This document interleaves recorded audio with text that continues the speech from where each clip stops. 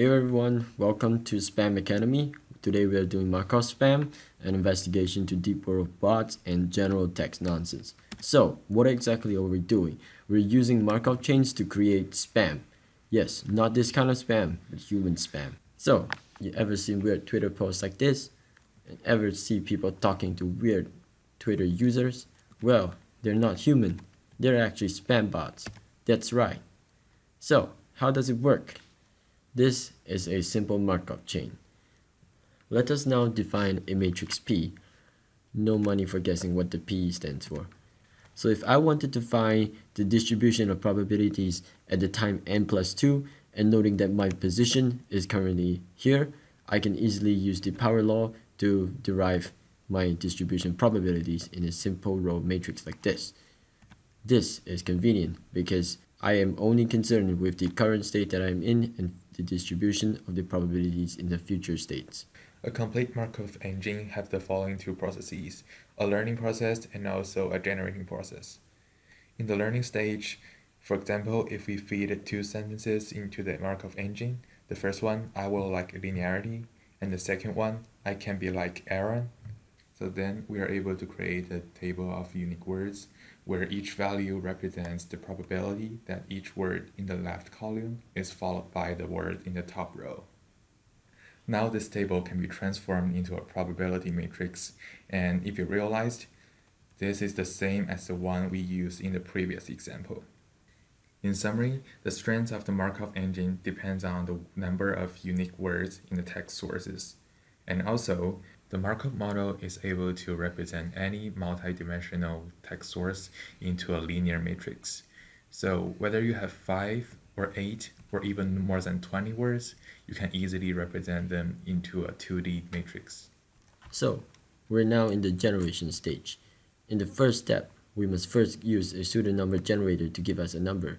In this case, we have taken the liberty to define the number for you, which is 2. Moving on to step 2, using the same two sentences provided from the previous example, we can see that the key 2 corresponds to the word will. From there, we can find the most likely word, which in this case is like. We can then find the next probabilities that will lead to the following word after like. The process of selecting words will go on until you reach a null matrix, and in this case, when we do finally get there, what we can possibly see are two possible routes that we can take. Hey, want some pro tips? Depending on your choice of audience, the Markov engine is able to create more unique combinations of outputs or a more structured human-like but less unique combination by varying x, which is the state size.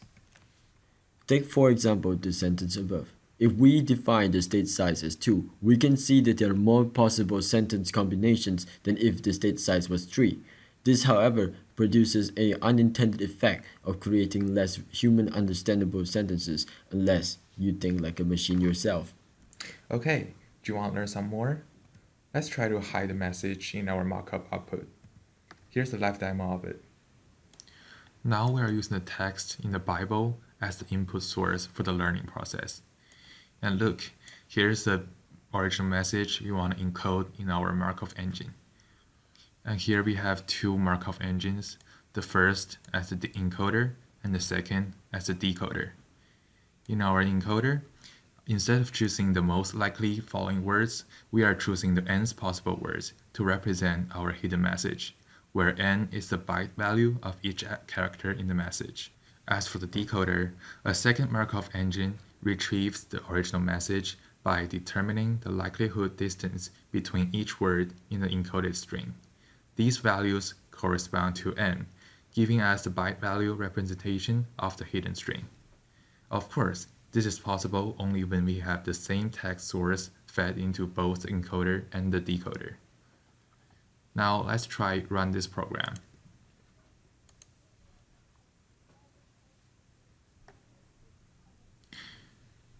And as you can see, here the original string is linearity rules, and here generates the encoded string, which is not understandable, but it's like a human language. And finally, here's the decoded string, which is the same as the original one. And now, if I run it again,